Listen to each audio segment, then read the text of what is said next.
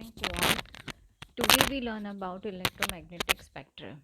Now we go through the definition. The electromagnetic spectrum is the range of all possible frequencies of electromagnetic radiations. What is electromagnetic radiation? It is the energy that is propagated through free space and it is produced by the motion of electrically charged particles. What is the spectrum? It is the band of color as seen in a rainbow.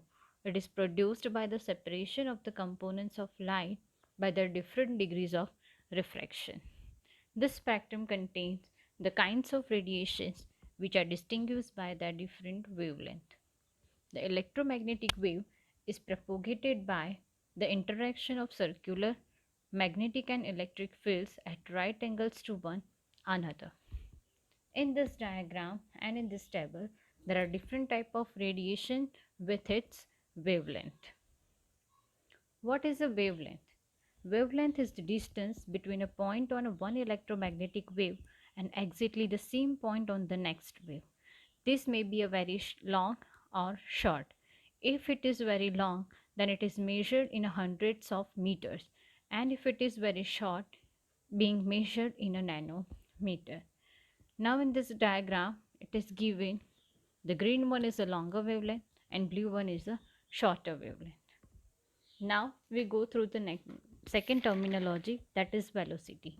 What is velocity? It is the speed at which something moves in a one direction.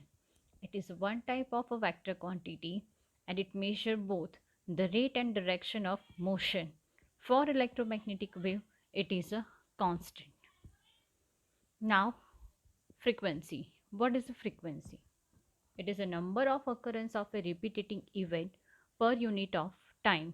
For example, if a person having a habit of drinking coffee 5 times a day, so 5 times is a frequency for that person. Relate with this electromagnetic waves. It is the number of complete waves passing any fixed point in a 1 second. There is an inverse relationship between the wavelength and the frequency of electromagnetic waves. For example, if we have a set distance across which two different electromagnetic waves have to pass, the time taken for each wave to cross will be the same. If, if wave has a long wavelength, it will require only a low frequency.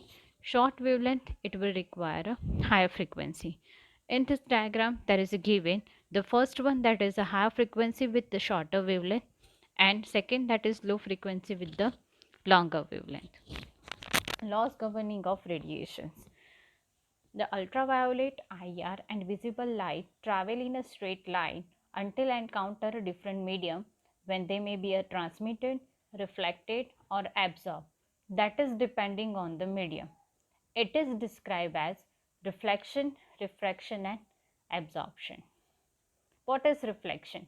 Reflection occurs when an electromagnetic wave encounters a medium which will not transmit it. That means incident angle is 0, reflected angle is also 0. In this diagram, there is one surface, incident ray and reflected ray is there. That incident ray striking on that surface, the surface is not allowed to transmit that incident ray. That's why it is reflected from that surface. The laws of reflections are employed in the design of reflectors used for the redirection of rays towards the target. In IR and UVR lamp, a parabolic reflector is normally used. This avoids the danger of the concentration of rays which occurs with some shape of reflectors. In this diagram, there is one reflector is given and in middle of the reflector there is one bulb is there. A parabolic reflector collects all the rays traveling in an inappropriate direction and reflects them from its surface so that they eventually all emerge parallel. That means it's helping to avoid the patient from the dangers. Internal reflection occurs when the angle of incidence of a ray as it strikes an interface between two media is such that instead of being transmitted, it is reflected. Internal reflection in a quartz is used to cause ultraviolet light to pass down a specially cut quartz rod and be emitted only from the end. This method of application is used when ultraviolet is applied to an internal cavity or in an infected sinus. In this figure you see that there is one rod is there, one light is passed from the one end, and by reflection it is coming to the next end, that is the internal reflection. Next, about the refraction. What is refraction? Refraction occurs when electromagnetic rays transmitted from one medium to another within an angle of incidence greater than 0. Rays with a 0 angle of incidence, that means striking the surface at right angles, continue in the same straight line. As we see in this figure, one incident ray is there and it is transmitted from the one medium to another medium. It is not going into that original path, slightly it is deflected from its original path. That means there is a presence of a refraction. Refraction causes the ray to be deflected from its original course by an amount depending on the media involved and the angle of incidence, that is the Snell's law. When passing into an optically denser medium, the ray is refracted towards the normal. When passing into a less dense medium, it is reflected away from the normal. In practical terms, it is important when using a hydrotherapy as a form of a treatment, as the refraction of rays passing from water to air makes the position of an object in a water. Same is true when using water as a coupling medium for ultrasound.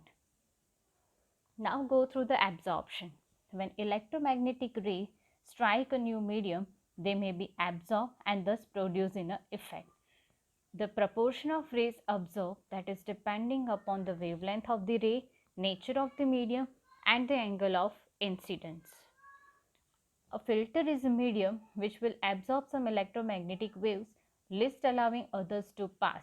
For example, window glass allow visible light and infrared rays to pass while absorbing UVR.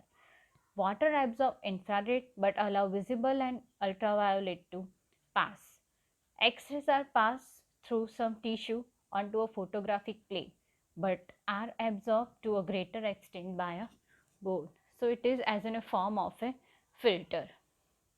The angle at which the rays strike the surface also affects the proportion of the absorption. That means there is also important of that surface.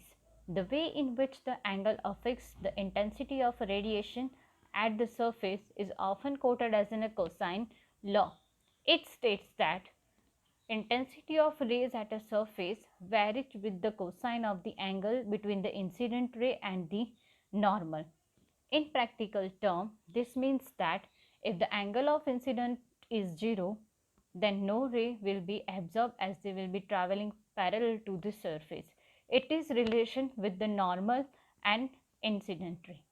If angle of incidence is 0, then the rays are striking the surface so as to make a right angle with it and maximum number of will be absorbed.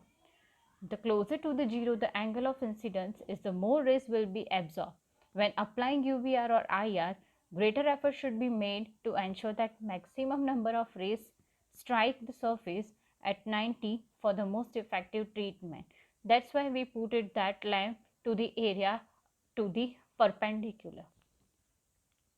Electromagnetic waves being produced from a point source also obey the law of inverse square. They state that the intensity of rays from a point source varies inversely with the square of the distance from that point source. In this diagram, there is a one point source and some distance square is given. In that, a set of a number of rays cover a square with side of a meter at a distance of 1 meter from the square. At 2 meter, they will cover a square with the sides of a 2 meter long. First square area of 1 meter square, second square has area of 4 meter square.